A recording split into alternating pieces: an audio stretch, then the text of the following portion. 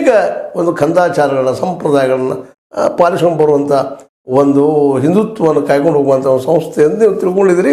ಆದ್ರೆ ಇದು ಇವತ್ತಿಗೂ ಉಳಿದದನ ಅನ್ನುವಂಥ ಒಂದು ಸಂಶಯ ಅವ್ರದ್ದು. ನಮ್ಮ ಸುಧೀಂದ್ರ ಕುಲಕರ್ಣಿ ಅವರು ಆ ದಿಶೆಯಲ್ಲಿ ಅವರು ಒಂದು ಕಾಂಗ್ರೆಸ್ಸಿಗೆ ಸಲಹೆಯನ್ನು ಕೊಡ್ತಾ ಇದ್ದಾರೆ. ಏನಪ್ಪ ಅಂತಂದ್ರೆ RSS ಅನ್ನು ಕುರುಡಾಗಿ ವಿರೋಧಿಸುವುದನ್ನು ಕಾಂಗ್ರೆಸ್ ನಿಲ್ಲಿಸಬೇಕು ಕುರುಡುತನದಿಂದ.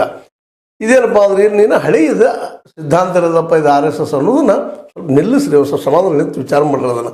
ಯಾಕೆಂದರೆ ಅದು ನಮ್ಮ ದೇಶದಲ್ಲಿ ಹುಟ್ಟಿದಂಥ ಒಂದು ಸಂಸ್ಥೆ, ಅದ್ರ ಜೊತೆಗೆ ಜನರೊಂದಿಗೆ ಬೆರೀತಾ ಇದೆ, ತನ್ನ ವಿಚಾರಗಳನ್ನು ಹೇಳ್ತಾ ಇದೆ, ಜನರನ್ನು ತನ್ನ ವಿಶ್ವಾಸ ತೆಗೆದುಕೊಳ್ತಾ ಇದೆ.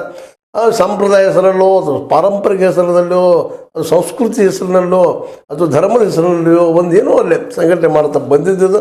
ಅದು ಕಾಲಕ್ಕೆ ಪರಿವರ್ತನೂ ಆಗಿದೆ. ಅದು ಒಂದು ರೀತಿ ಎಲ್ಲಪ್ಪ ಒಂದು ಸ್ಟ್ಯಾಗ್ನೆಂಟ್ ಆಗಿ ನಿಂತದಂತಲ್ಲ ಅನ್ನುವಂಥ ಅವ್ರ ಅಭಿಪ್ರಾಯ ಸುಧೀಂದ್ರ ಕುಲಕರ್ಣಿ ಅವ್ರದ್ದು.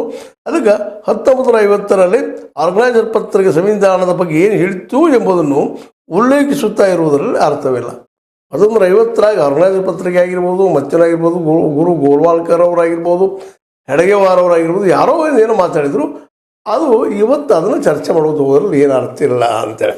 ಯಾಕಪ್ಪ ಅಂತಂದ್ರೆ ಅಲ್ಲೂ ಬದಲಾವಣೆ ಆಗಿದೆ ಅನ್ನೋದು ಅವ್ರ ಅಭಿಪ್ರಾಯ. ಅದಕ್ಕೆ ಅವ್ರು ಹೇಳ್ತಾರೆ ಅಂದ್ರೆ 2018ರ ಭಾಷಣದಲ್ಲಿ ಮೋಹನ್ ಭಾಗವತ್ ಏನು ಹೇಳಿದ್ದರು ಎಂಬುದನ್ನು ಓದಿ. ಇವತ್ತು ಮೋಹನ್ ಭಾಗವತರವರು ಏನು ಹೇಳಲಿಕ್ಕೆ ಹಚ್ಚಿದ್ದಾರೆ ಈ ರಾಷ್ಟ್ರದ ಬಗ್ಗೆ, ಜನರ ಬಗ್ಗೆ, ಅವರ ಅಲ್ಲಿ ಆದಂಥ ಬದಲಾವಣೆಗಳ ಬಗ್ಗೆ ನೋಡೋದನ್ನು. ಸಂಘಟನೆಗಳು ಓದಿ, ಸಂಘಟನೆಗಳು ಬದಲಾಗುತ್ತವೆ. ರಾಷ್ಟ್ರೀಯ ಏಕತೆ, ಸಹಮತ ಮತ್ತು ಸಹಕಾರವನ್ನು ಮಾತುಕತೆಯ ಮೂಲಕ ಸಾಧ್ಯವಾಗಿಸುವುದು ಈಗಿನ ಅಗತ್ಯ. ಅವ್ರಿಗೆ ಏನು ಹೇಳ್ತಾ ಇದ್ದಾರಪ್ಪ ಅಂದ್ರೆ ಮಾತುಕತೆ ಮೂಲಕ, ಸಹಕಾರದ ಮೂಲಕ, ಒಬ್ಬರು ತಿಳ್ಕೊಳ್ಳೋ ಮೂಲಕ ನಾವು ಒಂದಾಗಿ ಹೋಗುವಂಥದ್ದು ಇವತ್ತು ಅನಿವಾರ್ಯ ಅಂತೇಳಿ ಇವತ್ತು ಸ್ವತಃ ಭಾಗವತ ಅವರು ಸಹಿತ ಹೇಳ್ತಾ ಇದ್ದಾರೆ. ಇವತ್ತಿನ ಭಾಗವತನ ಬಗ್ಗೆ ಒಂದು ಸ್ವಲ್ಪ ನಿಮಗೆ ಇರಲಿ ವಿಚಾರ ಅವ್ರು ಏನು ಹೇಳಿದ್ದಾರಂತ.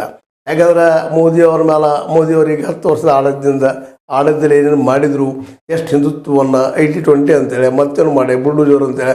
ಈವನ್ ರಾಮ ಮಂದಿರಕ್ಕೂ ನಾಳೆ ಏನೋ ಕಾಂಗ್ರೆಸ್ ಅಧಿಕಾರಕ್ಕೆ ಬಂದರೆ ಬುಲ್ಡೋಜರ್ ಹಚ್ತಾರ ಅನ್ನುವಂಥ ಮಟ್ಟಿಗೆ ಮಾತಾಡಿದರು. ಈ ಎಲ್ಲ ಸಂದರ್ಭದಲ್ಲೇ ಒಂದು ಗಮನಿಸಬೇಕಾದ ಅಂಶ ಏನಪ್ಪ ಅಂತಂದ್ರೆ ಭಾಗವತರ ಇವತ್ತಿನ RSS ಇದ್ದಿದ್ದು ವಿಶೇಷವಾಗಿ ಈ ಮೋದಿಯವ್ರನ್ನ ಒಂದಿಷ್ಟು ದೂರನ್ನು ಕಾಯ್ಕೊಳ್ಳೋಂಥ ಪ್ರಯತ್ನ ಮಾಡಿದ್ದು ಏನು ಸುಳ್ಳೇನಲ್ಲ. ಯಾಕಂದರೆ ಉತ್ತರ ಪ್ರದೇಶದಲ್ಲಿ ಆಗಿರ್ಬೋದು, ಬಿಹಾರದಲ್ಲಿ ಆಗಿರ್ಬೋದು, ಇನ್ನುಳಿದ ರಾಜ್ಯಗಳಲ್ಲಿ ಆಗಿರ್ಬೋದು, ಆದಷ್ಟು BJP ಅಂದರೆ ಮೋದಿ ಅವ್ರನ್ನ ಸ್ವಲ್ಪ ಡಿಸ್ಟೆನ್ಸ್ ಮೇಂಟೈನ್ ಮಾಡ್ಕೋತ ಬರ್ತಾ ತಮ್ಮದೇ ಅಂತ ಒಂದು ವ್ಯಕ್ತಿ ತುಳಿಸ್ಕೊಂಡ್ಬಂದಂಥದ್ದು ನಾವು ನೋಡ್ತಾ ಇದ್ದೀವಿ ಇವತ್ತು. ಮತ್ತು ಅವರು 2025ರಲ್ಲಿ ದೊಡ್ಡ ಫಂಕ್ಷನ್ ಮಾಡ್ಕೋಬೇಕು, ಯಾಕಂದ್ರೆ 100 years ಆಗ್ತದೆ ಅದಕ್ಕೆ RSSಕ್ಕೆ ಮಾಡಬೇಕು ಅನ್ನೋದನ್ನು ಸಹಿತ ಅವ್ರು ಇವತ್ತು ಬಿಡ್ತಾ ಇದ್ದಾರೆ. ಇದು ಸಾಮಾನ್ಯವಾದ ವಿಷಯ ಅಲ್ಲ ಅಂಥೇಳಿ ಒಂದು ತರ್ಕ ಮಾಡ್ತಾ ಇದ್ದಾರೆ ನಮ್ಮ ಈ ಒಂದು ಸುಧೀಂದ್ರ ಕುಲಕರ್ಣಿ ಅವರು. ಅವ್ರು ಮಾಡೋದ್ರಲ್ಲೂ ಅರ್ಥ ಅದ.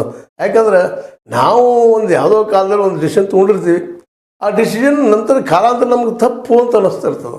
ಆದ್ರೆ ಅದು ಬಿಡ್ಲಿಕ್ಕೆ ನಮ್ಗೆ ಆಗೋದಿಲ್ಲ, ಆದ್ರೆ ಅದು ಬಿಡ್ಸಕ್ಕೆ ಹಸ್ತದೆ ನೋಡ್ರಿ.